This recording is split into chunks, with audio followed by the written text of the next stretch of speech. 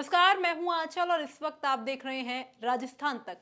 नेताओं का जन्मदिन सिर्फ सेलिब्रेशन या उत्सव का हिस्सा नहीं होता, बल्कि वो उनकी एक राजनीतिक ताकत दिखाने का तरीका भी होता है। आज कांग्रेस के प्रदेश अध्यक्ष गोविंद डोटासरा का जन्मदिन है और ये जन्मदिन इस तरीके से मनाया गया कि ये कांग्रेस के भीतर एक बड़े संगठनात्मक और एक बड़े राजनीतिक उत्सव का प्रतीक बन गया। 10,000 से ज्यादा कांग्रेस के कार्यकर्ता जयपुर में इकट्ठे हुए।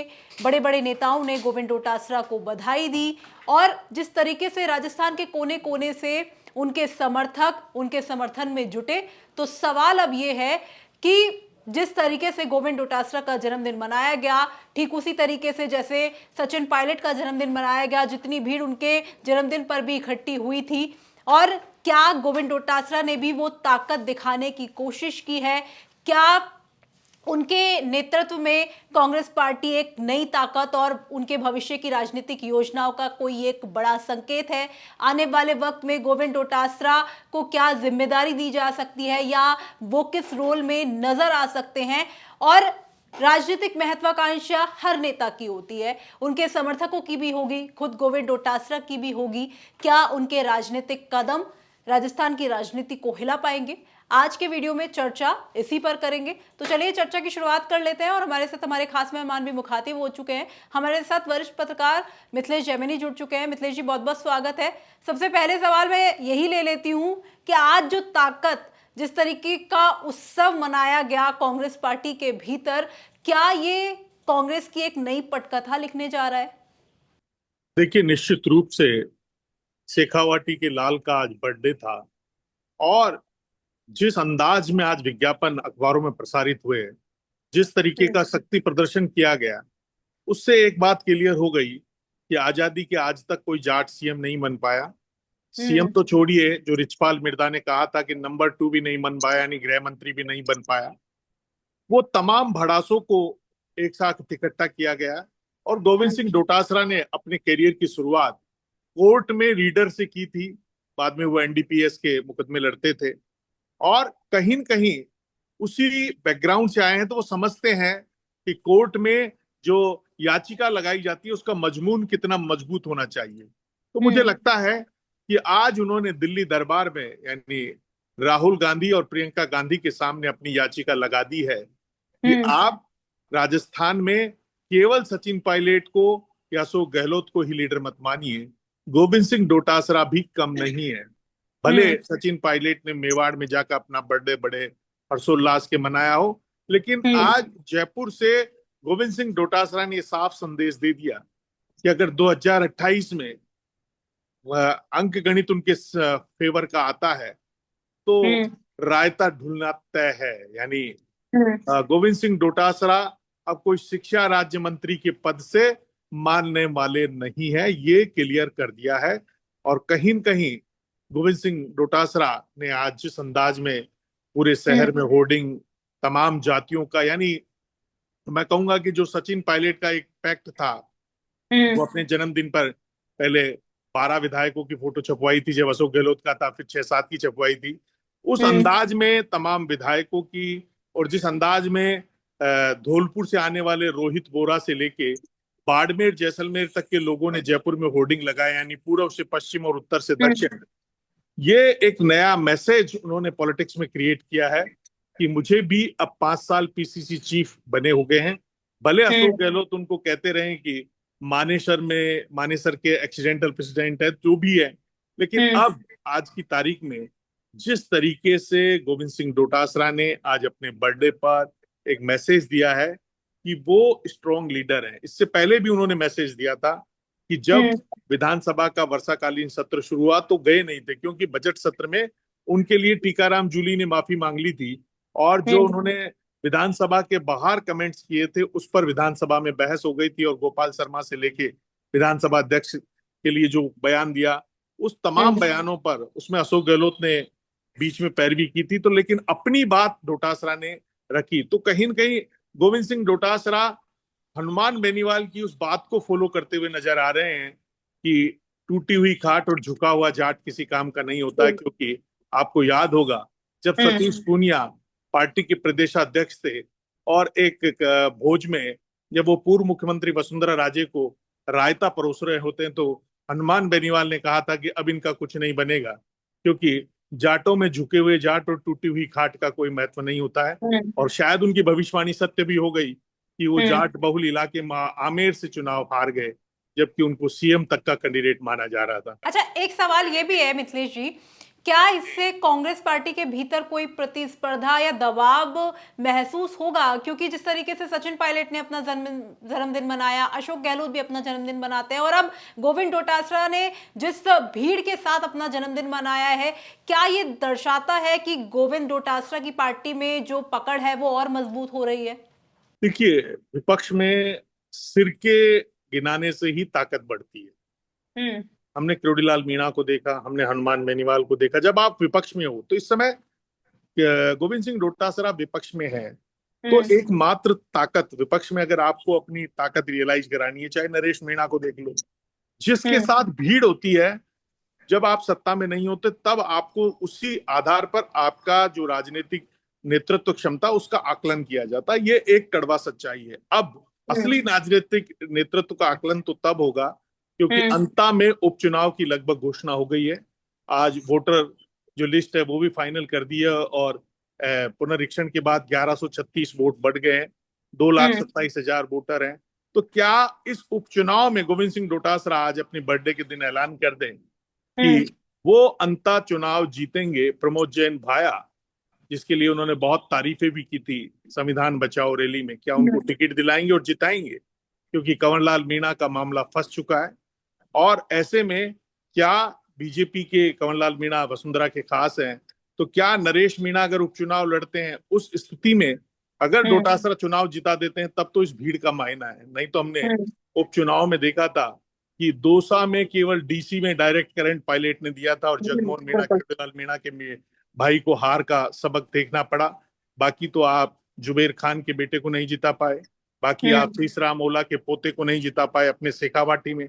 तो आज के जन्मदिन के लिए एक चुनौती है कि हाड़ौती में क्या जो बीजेपी का गढ़ है, वहां जो उपचुनाव होता है, तो उस उपचुनाव में गोविंद सिंह डोटासरा इस जन्मदिन की जो खलक है, क्योंकि अशोक गहलोत एक कहते हैं कि खलक की आवाज खुदा की आवाज होती है, तो ये जो भीड़ आई है, ये भीड़ अगर वाकई वोटों में कन्वर्ट करने की कैपेसिटी करते हैं, तो ये एक लिटमस टेस्ट होगा गोविंद सिंह डोटासरा का। ठीक है मिथिलेश जी, गोविंद डोटासरा के लिए क्या चुनौतियां हैं? आपने भी बात जैसे की चुनौतियों को लेकर, कांग्रेस पार्टी के लिए क्या चुनौतियां हैं?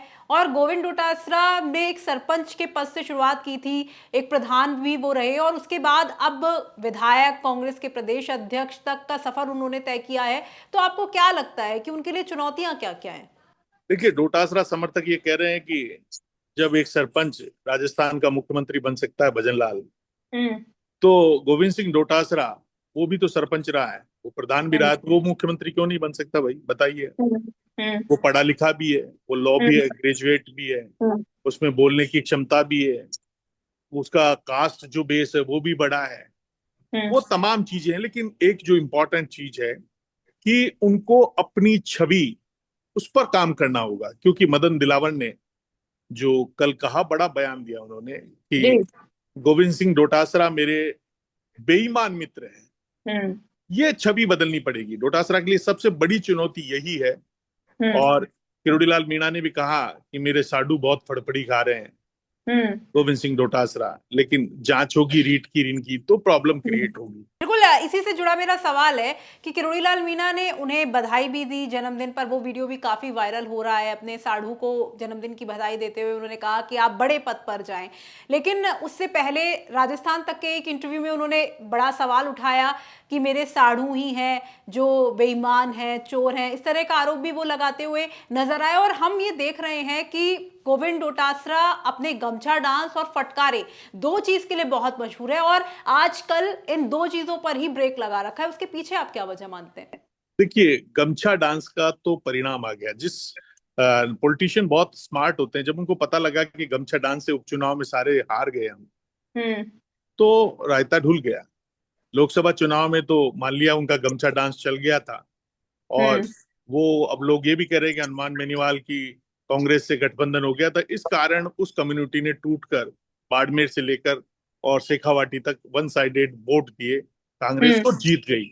तो कहीं हम्म। कहीं वो जो ही गमछा डांस करेंगे, तो वो हम्म। बार बार हनुमान मेरीवाल कहते भी हैं कि तेजल सुपर डुपर पर डांस करने हम्म। से कुछ नहीं हो सकता, लोगों के काम करने होते हैं। तो कहीं न कहीं वो उस पर ब्रेक लगा दिया। और फटकारों की जो जहां तक बात है कि राजेंद्र राठौड़ और गोविंद सिंह डोटासरा में, आपको पता है विधानसभा चुनाव से पहले बहुत फटकारे चले, हम्म। मेरे सामने वाली खिड़की में एक चांद का टुकड़ा रहता है, उन्होंने कहा था गोविंद सिंह डोटासरा ने। और गोविंद सिंह डोटासरा ने भी कहा था मोरिया बुला दूंगा। तो उस हम्म। चुनाव में दोनों एक दूसरों के बेटों तक भी चले गए थे। इस तरीके से गोविंद सिंह डोटासरा ने पराक्रम राठौड़ पर भी आरोप लगाए थे, और फिर उन्होंने उनके बेटों पर आरोप लगाए थे। लेकिन उसका नुकसान ये हुआ कि राजेंद्र राठौड़ चुनाव हार गए। लेकिन हम्म। कहीं न कहीं उसका खामियाजा अब गोविंद सिंह डोटासरा के समझ में आ रहा है कि पूरी शेखावाटी को भुगतना पड़ रहा है। शायद राजेंद्र राठौड़ जीतते तो अच्छी पोजीशन पे होते, जो भी है उनकी इंडिविजुअल सोच है। लेकिन उनको कहीं न कहीं लगता है कि लोग चर्चा करते हैं। आप किसी भीड़ में जाइए, तो अगर आप हम्म। नेगेटिव कोई नेता बोलता है तो 10% लोग ये बात कहते हैं, यार वो ढंग की बात नहीं करते। हम्म। उन्होंने ऐसा बोला। तो जो हम्म। व्यक्तिगत टिप्पणियां होती है वो राजनीतिक यात्रा में कहीं न कहीं एक, मुझे लगता है, अवरोधन का काम करती है। तो शायद गोविंद सिंह डोटासरा के घर में चार जी। चार आरएएस हैं, हम्म। उन्होंने एडवाइस दी होगी कि ये एक पॉजिटिव पॉलिटिक्स के लिए ठीक नहीं है, हम्म। क्योंकि आपके साथ अब पढ़े लिखे लोग बहुत जुड़ गए हैं, जिसमें चोमू की एमएलए शिखा बराला, बिल्कुल। कई लोग यंग जो हैं वो गोविंद सिंह डोटासरा के, रोहित बोरा जो तेज हम्म। तर्रार इकोनॉमिस्ट है, जो विधानसभा में हमने देखा है कि वित्त मंत्री दिया कुमारी से इतने सवाल पूछते हैं कि जवाब मुश्किल हो जाता है। तो कई हम्म। इंटेलेक्चुअल लोग भी हैं, ऐसा नहीं है कि गोविंद सिंह डोटासरा के साथ उन्होंने कहीं न कहीं एडवाइस की है। और उसके बाद उनको लगा कि सचिन पायलट को देखिए, उसका कोई ऐसा बयान नहीं है हम्म। जिस पर लोग चर्चा कर सके, कोई फटकारों का चर्चा नहीं है, वो बहुत सार गर्भित, हम्म। संयमित और बैलेंस्ड बयान देते हैं। तो कहीं ना कहीं गोविंद सिंह हम्म। डोटासरा अब वो छवि अपनी क्रिएट करना चाहते हैं, क्योंकि उनको लग गया कि मैं हम्म। पीसीसी चीफ बन गया, लेकिन अगर मुझे सीएम की रेस में शामिल होना है हम्म। तो दो में से एक की कॉपी करनी पड़ेगी। वो सचिन पायलट यंग को ज्यादा भा रहे हैं, अशोक गहलोत दोनों में से। अशोक गहलोत तेज तर्रार पॉलिटिशियन है। हम्म। तो कहीं न कहीं अशोक गहलोत और सचिन पायलट के देखे देखी गोविंद सिंह डोटासरा के मन में भी ये लड्डू फूट गया है कि मैं क्यों नहीं बन सकता सीएम। ये एक निश्चय बड़ा जी, उनका चेहरा। जिस तरीके से अशोक गहलोत ये कहते हैं कि गोविंद डोटासरा एक एक्सीडेंटल प्रदेश अध्यक्ष हैं, लेकिन अपनी काबिलियत से गोविंद डोटासरा ने अपने आप को साबित भी किया है। और अगर कहा जाए कि कांग्रेस के प्रदेश अध्यक्ष के रूप में उनकी सबसे बड़ी सफलता तो यही है कि लोकसभा चुनाव में उन्होंने कांग्रेस को 11 सीटें दिलाई, जहां पर एक भी सीट 2 बार के चुनाव में नहीं आ रही थी। लेकिन इस बार ऐसा हुआ, और ये एक बड़ी सफलता कांग्रेस प्रदेश अध्यक्ष के रूप में उनकी मानी जा रही है। और शायद यही वजह है कि अभी तक उनका कार्यकाल भी पूरा हो गया है, लेकिन अभी भी वो इस पद पर काबिज हैं। आगे कब तक रह पाएंगे और अपने आप को साबित कर पाएंगे? देखिए, आप देखिए अशोक गहलोत कभी 21 सीटें लाते, कभी 54 सीटें लाते। इस हम्म। बार 70 सीटें आई एमएलए के चुनाव में भी, आप देखिए जी। वो जैसे भी आई वो आई। दूसरा इंपॉर्टेंट फैक्टर कि जो 25-0 चल रहा था उस पर ब्रेक लगा। उसमें भले दिल्ली का भी रोल रहा हो, हनुमान बेनीवाल का भी रोल रहा हो, क्योंकि हनुमान बेनीवाल की पत्नी के खिलाफ जो ही इन्होंने कांग्रेस खड़ी करी, तो आप देखिए उपचुनाव में साफ हो गए। तो कहीं न कहीं जो राजनीतिक समीकरण बिगड़ते हैं उनका खामियाजा भी भुगतना पड़ता है। नरेश मीणा देवली उनियारा में खड़े हुए तो इधर नेगेटिव हो गए। तो क्या अब अगले चुनाव तक हनुमान बेनीवाल आजकल हनुमान बेनीवाल के लिए पॉजिटिव बोलते हैं कि भाई साहब उनके पास भी विरोध करने के लिए सिवा और क्या है, पार्टी है खुद की, चाहे प्रताप सिंह खाचरियावास। तो कहीं न कहीं जिसको भी दिल्ली सीएम बनना है कांग्रेस में, अभी तो वो दूर की कौड़ी है, उनके समझ में आ गया कि नरेश मीणा और हनुमान बेनीवाल जैसे लोगों को साधना पड़ेगा। और जिस तरीके से राजेंद्र गुड़ा भी अपने बयानों से चर्चित हो रहे हैं, वो भी अगर कहीं वोट इम्पैक्ट करते हैं तो उनको भी तलाशना पड़ेगा। तो मुझे लगता है कि गोविंद सिंह डोटासरा किसी और प्रोजेक्ट पर काम कर रहे हैं। गोविंद सिंह डोटासरा को लग रहा है कि मैं जिस वे में चल रहा हूँ ठीक है, और मुझे प्रदेशाध्यक्ष रहते हुए, क्योंकि अगर टिकट बांटने की पावर किसी दूसरे के हाथ में चलेगी तो फिर सीएम नहीं बन पाएंगे। क्योंकि अशोक गहलोत तो भले ये पावर रखते हैं कि वो प्रदेशाध्यक्ष नहीं थे, सचिन पायलट प्रदेशाध्यक्ष थे, लेकिन उन्होंने पटकनी दे दी क्योंकि उन्होंने अपने हिसाब से लोगों को टिकट दिला दिए थे। लेकिन गोविंद सिंह डोटासरा को ये लगता है कि मैं इतना बड़ा नेता नहीं हूं कि दिल्ली से मेरे लोगों को टिकट दिला दूं। मैं इतना बड़ा नेता नहीं हूं जो ये कहे कि कांग्रेस का मतलब अशोक गहलोत है, कांग्रेस ही अशोक गहलोत है, उस शांति धारीवाल को टिकट मिल जाए। मैं इतना बड़ा नेता नहीं हूं जिसने खड़गे और माकन साहब के सामने बगावत कर दी और खुद के घर मीटिंग कर ली, उसके बावजूद शांति धारीवाल को अशोक गहलोत ने टिकट दिला दी। भारत जोड़ो यात्रा में राहुल गांधी ने शांति धारीवाल के कार्यक्रम को छोड़ के चले गए, उसके बावजूद टिकट दिला दी। इतनी ताकत गोविंद सिंह डोटासरा में नहीं है। इसलिए गोविंद सिंह डोटासरा को अच्छी तरह पता है कि अगर मैं पीसीसी चीफ हट गया तो मैं उसी दिन सीएम रेस से बाहर हो गया, क्योंकि मैं अशोक गहलोत नहीं हूं। कांग्रेस में अभी कोई दूसरा अशोक गहलोत है ही नहीं, क्योंकि वो अकेले ही 3 बार के सीएम है, 3 बार के केंद्र में मंत्री हैं, पीसीसी चीफ है, एआईसीसी जनरल सेक्रेटरी। उनका जो मैं कहूंगा बायोडेटा बहुत भारी है। तो गोविंद सिंह डोटासरा कहीं न कहीं पीसीसी चीफ बने रहना चाहते हैं। और ये भी सच है कि जब पीसीसी चीफ नहीं थे तो अलवर सीकर में कितनी बार इतनी बड़ी बड़ी मीटिंगें की जन्मदिन पे, कोई रिकॉर्ड है नहीं उनका। तो कहीं न कहीं अब उनके समझ में आ रहा है कि ब्रांडिंग की जाए, और अगर मैं भी सीएम का रॉ मटेरियल बनकर पेश होता हूं तो सीएम नहीं तो कोई बढ़िया मंत्री तो बन ही जाऊंगा। चलिए, एक आखिरी सवाल मैं इस वीडियो का ले लेती हूँ। जिस तरीके से आप बात कर रहे थे, क्या गोविंद डोटासरा जिस तरीके से प्रदेश अध्यक्ष रहे हैं, उनके कार्यकाल में कांग्रेस कितनी मजबूत हुई है, और अगर हम बाकी कांग्रेस के प्रदेश अध्यक्ष से उनकी तुलना करें तो आप उसे कैसे देखते हैं? देखिए, निश्चित रूप से जिन स्थितियों में गोविंद सिंह डोटासरा को जिम्मेदारी मिली, आपको पता है रघु शर्मा ने मना कर दिया था कि मैं हेल्थ मिनिस्ट्री नहीं छोड़ सकता, लेकिन गोविंद सिंह डोटासरा, क्योंकि शेखावाटी के आदमी के लिए कहा जाता है कि शेखावाटी के लोगों ने व्यापार में बहुत नाम का है, वो रिस्क लेना जानते हैं। उन्होंने रिस्क ली और वो मंत्री भी रहे और प्रदेशाध्यक्ष भी, और मानेसर कांड के बाद रहे। तो कहीं न कहीं उनकी ये अदा तो माननी पड़ेगी कि उन्होंने अशोक गहलोत को बुरे टाइम साथ दिया और अशोक गहलोत ने भी निभाया, और उनकी कास्ट फैक्टर ने भी काम किया।